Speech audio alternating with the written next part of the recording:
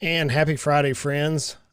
Welcome to the Financially Simple Experience. We're launching our newest episode on the podcast, newest season on the podcast next week. So I wanted to come on to the airwaves here on Friday. You're looking at me on Facebook. And for those of you joining us on Facebook saying, Justin, what in the world are you wearing? So the team decided we were going to have Hawaiian Friday. And if you don't believe me, this is a blue shirt. It's a blue shirt. Miss Amy in our office, the director of operations, I'm all the time wearing blue plaid, blue solids. And so she decided she wanted to see me in something new. And thus I had this shirt laid out on my desk when I came back from vacation, a little bit of time away in the last few weeks. You heard the podcast, perhaps on the Financially Simple channel, about what business owners do when we go on vacation. And I came back in, had a Hawaiian shirt. So today's Hawaiian Friday. You won't believe this, but I'm actually wearing sandals in here in the office today. So it's kind of fun. We're having a little bit of levity. As you saw in the description, I want to deal with something that's been kind of interesting this last little bit in the world of finance. And the question is, should business owners buy play toys? Or maybe you could ask the question, is now a good time for business owners to buy play toys? What I'm noticing is many business owners are tired. It's been an unbelievable year. 2020 has stepped in and it's like, God sent a meteor and we can handle that, I think. Please don't, Lord, please. Don't, I think there's something the Bible says, don't tempt the Lord thy God. That wasn't a tempting Lord. But it's been an unbelievable year. And in the past 3 weeks, I've had just over 15 clients and individuals say, I want to take money out of my account to buy X. Now I've heard a four-wheeler, which trust me, I'm all for buying a four-wheeler. I've heard buying a boat, several boats. I've heard several sports cars, a Jeep, things that are play toys, as I call them. These are play toys. These are what we work for. And the sense is that we business owners have been busting it. Some businesses have suffered through the April, May, and June. Some businesses are having all-time highs. Some businesses are, it just varies depending on where you're at. Yet the emotion that we have is, I tell you, man, if I'm busting it 60, 70 hours a week, as we identified last week on the podcast, that we business owners often work that many hours, I want to play and I want to play hard. So the question becomes, should we buy? And right now there's huge sales taking place in the play toy industry, depending on which toy you're talking about.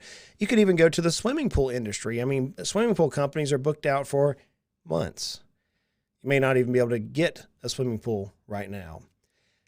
So I want to deal with this from a perspective to kind of give you some reality to the situation. This is not a particular case in general. What I've done is I've created a mock individual, a mock business owner, to kind of illustrate the severity of doing what so many business owners have asked and some have done over the last few weeks. So let me paint the stage for you. We have a 49-year-old business owner, 49 years of age. They have about $500,000 in investment assets which are designated to provide them a lifestyle whenever they leave their business. They currently are living on roughly $125,000 per year. So some would argue that's a very humble lifestyle, middle class, maybe middle class lifestyle in the United States, two-family income. So $125,000, which is not egregious by any stretch of the imagination. Whenever we look out, they want to retire at age 67. That's the goal. They're 50 years old almost now. They want to work for about another 17 years. They have $500,000 in the bank, and I'm like, man, this is awesome. You're rocking it out. But they want to retire at age 67 whenever they're fully insured underneath Social Security. And Social Security was going to provide them roughly $25,000 a year. That's a standard, pretty average person.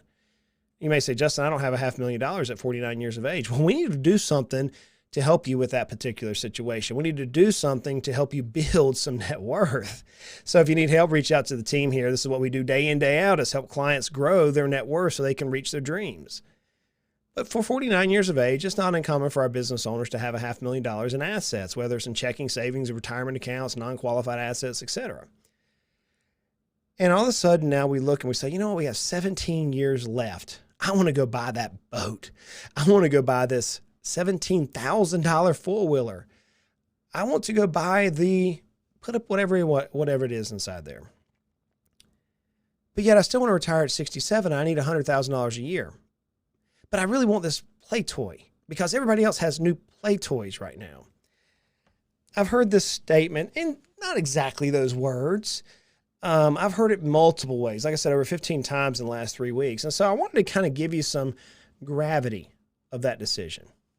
So if we take the individual right now, and I run it through Retirement Calculator, and we're going to put this on the blog post. Check it out at financiallysimple.com. You'll be able to see the entire blog post listing this in a couple weeks on there. If I were to take it and run this issue or this decision through Retirement Calculator, here's what it currently looks like for this individual. So we know they're 49 years of age. We know they want to retire at 67.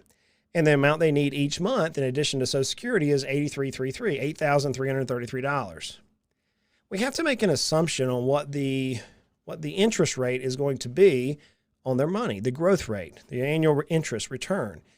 So I think a fairly moderate assumption is 7%. You may say, well, Justin, can't you use Dave Ramsey's numbers of 10%? We'll get to that. We'll talk about that in a second. So I'm going to use an illustration of 7%. And then we have to decide on how long are we going to have to provide this income, this $100,000 a year. How many years are we going to have to provide that? Well, we know life expectancy for this hypothetical person is 20 years. So for the last 20 years of this individual's life, they're going to live off their assets. What about inflation? What should inflation do? Man, that's a hard one. We've been into a very low inflationary period this last period of time, last 10 years or so. Some would argue with the printing of the dollars that we've had, quantitative easing, the CARES Act, some of those things that we've had over the last little bit, that we could see inflationary rates in the 3, 4, 5, 6% range. Who knows? We don't know what the future holds. So let's assume a 3 to 4% inflationary rate. And let's again assume they have $500,000 in investments. So let's lay it out. $500,000 in investments. We have 17 years to reach our goal. We're going to try to make about 7% return. The money has to last us for 20 years. And we're going to assume a 4% inflationary rate. How much do you think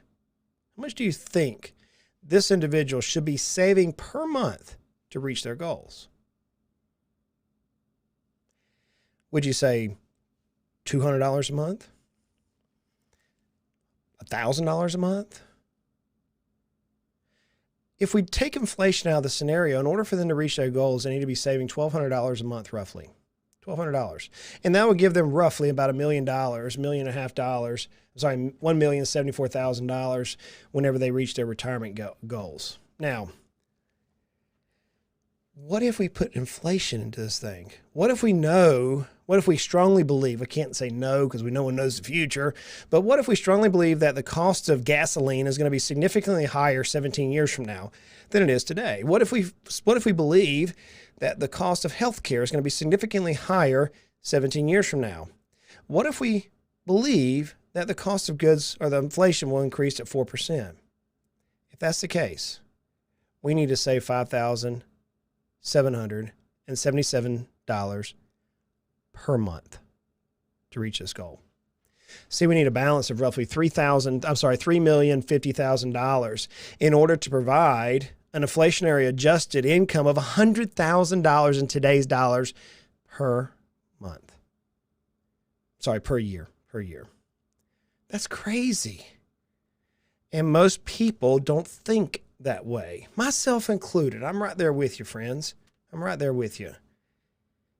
So what happens in a year like this year when we're in high stress and our emotions are running crazy and we're tired and we want relief? We go out and buy a big ticket item and we say, okay, I'm going to spend $50,000 on this new sports car like somebody I know did. And I'm going to take it out of my investment account that's targeted for my retirement purposes.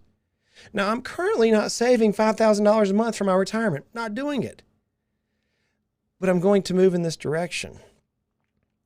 If we were to do that, if we were to take the $50,000 out now and buy that sports whatever whatever that toy is, all things being equal, instead of having to save $5,777 per month, we now have to save $5,906 per month. We have to actually increase our savings by $200 a month to replenish the $50,000 we took out.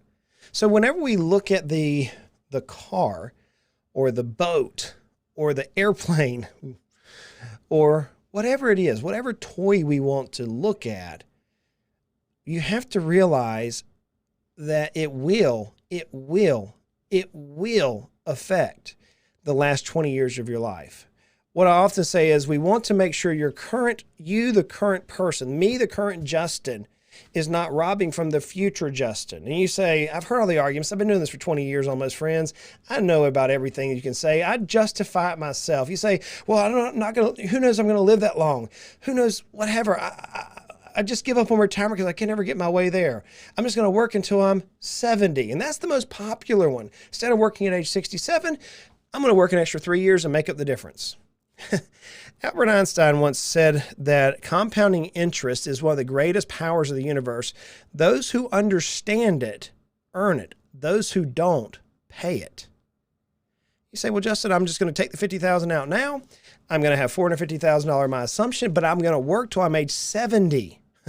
First of all, I've yet to hear a person who wants to work at age 70.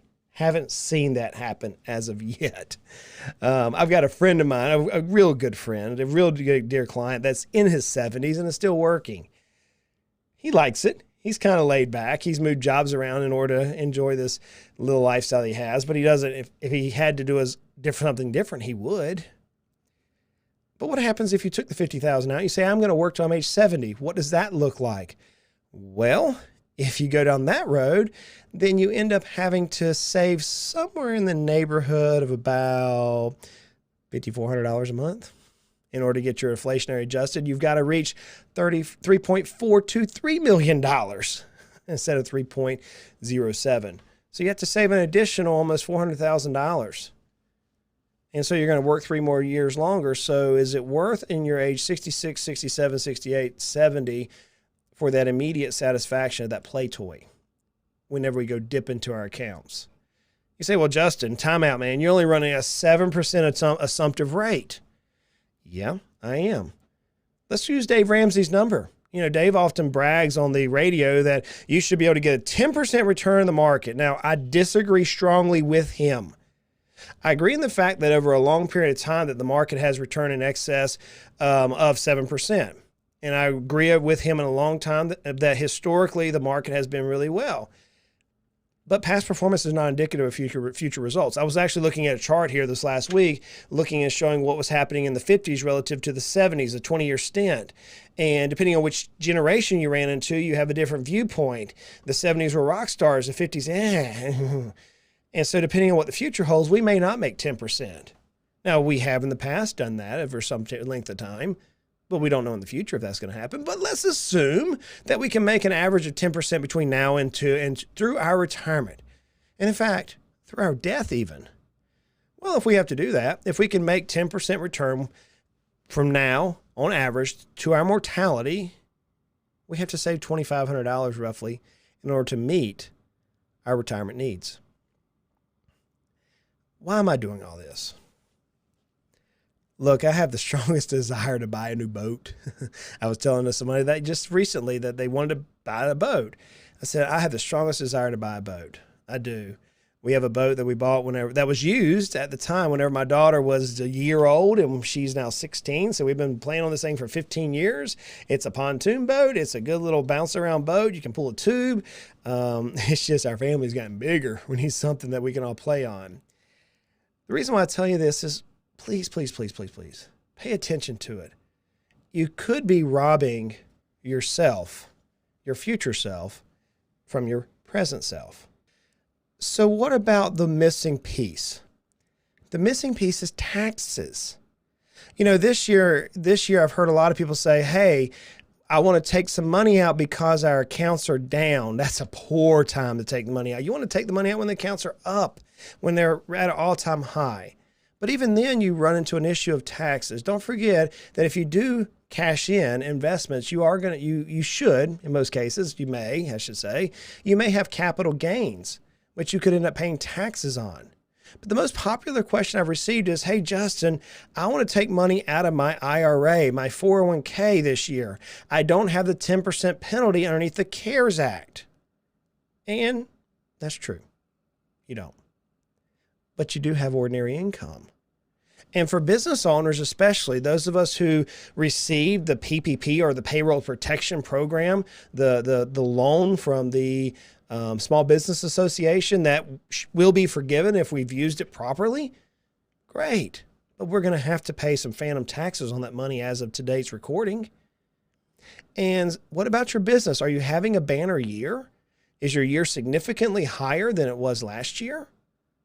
And now you want to go in and take money out of your IRA and have it taxed at the highest possible tax bracket within your particular effect, your margin. So if you're at a 24%, the money you pull out of the IRA is going to be 24%. That makes no sense. So you say, well, Justin, I want to buy the toy. I have the cash flow. Whenever we get on an airplane, and we fly across the country. I think we're going to do that again sometime in the future. I really do. When we get on the airplane, the flight attendant they'll say, if in a case of emergency, oxygen will fall from the overhead bins. If you're traveling with a minor child, please put the oxygen mask on yourself first before helping your minor. Why? Because if you pass out, you can't help your kid. That's why. The same thing is true when it comes to a retirement plan. If you want to go out and buy the toy, talk to your planner. There is a way to accomplish things. You may actually be better off borrowing some money at a 2, 3, 4, 5, 6, 7% interest rate than paying a 24, 25, 30, 40, 50% tax rate on the money that you take out of your accounts. Now, Justin, are you advocating debt here? Debt is a tool, but it's not one that I would use for a depreciating asset. It's not one that I would use for a depreciating asset. It's one that I will use in a heartbeat for an appreciating asset, like a house or a business or something of that nature. Or as somebody recently approached with a trailer park, it's something of that nature. Yes, we'll use debt, but not on something that we're going to pay today $50, $60, $70, $80, $100,000 for that in 5 years from now is going to be worth half of that. That makes no sense. Not for debt. So friends, I get it. I get it. I've heard you. I feel you. As a business owner running 3 different companies right now, I know how stressful this year has been. I was at my wit's end before I went on vacation, and that vacation gave me the shot I need to get through the rest of this year until we get into the holiday season where we can rest and kind of recover a little bit and spend time with family and reminisce on this amazing year that we've had. But be careful. Don't trade instant gratification to the detriment of your long-term desires. Don't do that. That's never, ever, ever helpful. Look, I realize life is hard. I get it. But life is good. Life is good. I'm wearing a Hawaiian shirt today. If you can't see me, check it out on our YouTube channel. I'll be there. And money is complicated, but it doesn't have to be. Let's continue to make our lives at least financially simple. Y'all go out and have a great weekend.